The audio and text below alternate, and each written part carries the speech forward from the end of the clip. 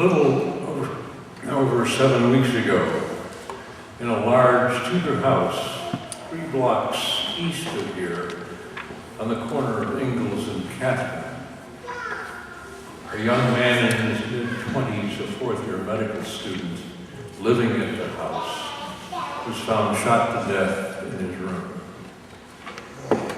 A sense of disbelief and terror fell upon everyone. Ambiguity and ambivalence was palpable. Should they continue to live in the house or move out? About half moved out. Those who stayed were attracted by the love of the group to which they had belonged. It was their family. They ate together. Men and women shared bathrooms. Diversity was evident.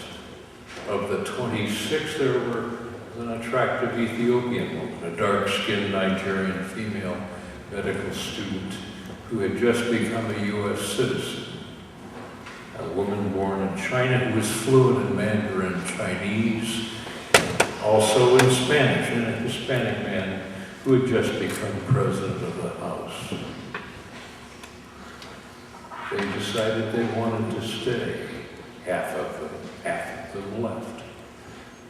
They recruited others, though, law students, those working on master's degrees in statistics, web design, history of medicine, and others.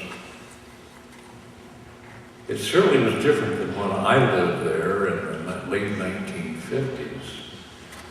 Then we were all white males, no one of color, none who were Jews, certainly no women. It was a fraternity, not a society. And then it came to me.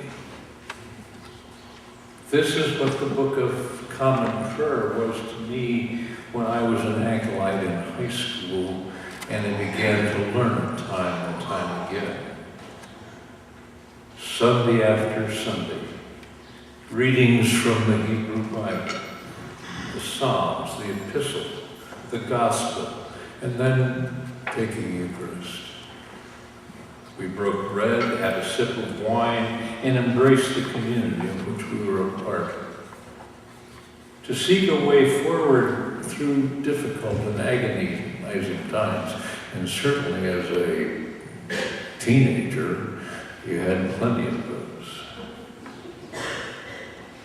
And then this became clear to me 9-10 years ago when I retired and started coming to St. Andrews.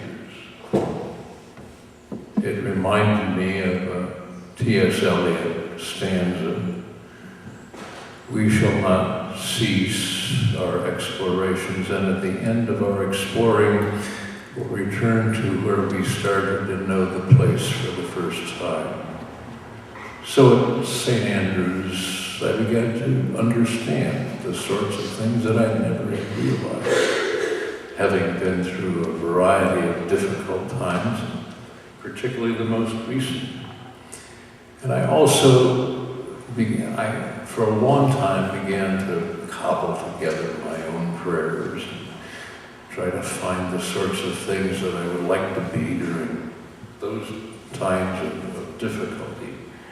So I thank God for patience, perseverance, hard work, courage, humor, insight, understanding, creativity, grace and forgiveness. Oh my, yes, forgiveness. And then I close my little prayer by giving God special thanks for the ties of love that bind us together, giving dignity, meaning, worth, and joy to all of our days, certainly all of mine. And I'm aware that I was born into this, that this had been going on for millennia, well before I came upon the earth, and I want it to last long after I'm gone, and that sort of gets to the heart of what stewardship is for me. And in my prayers and thinking about what I'm giving, those are the sorts of things that come to my mind. So I ask you to join me in filling out your card. I've sent mine in. And most importantly, I want to thank you very much for being here today. Thank you.